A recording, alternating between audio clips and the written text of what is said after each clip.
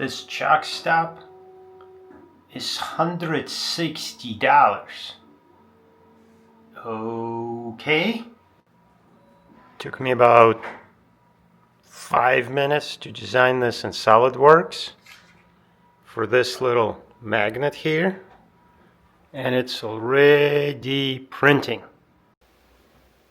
Glue in the magnets.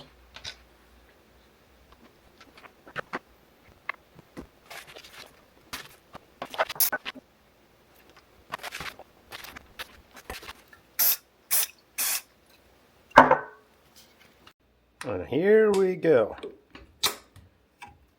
Nice, easy to use spacer. I got 2 sizes and they're super easy to store. Just like that. There we go. Nice. About 30 minutes total and didn't have to pay $160.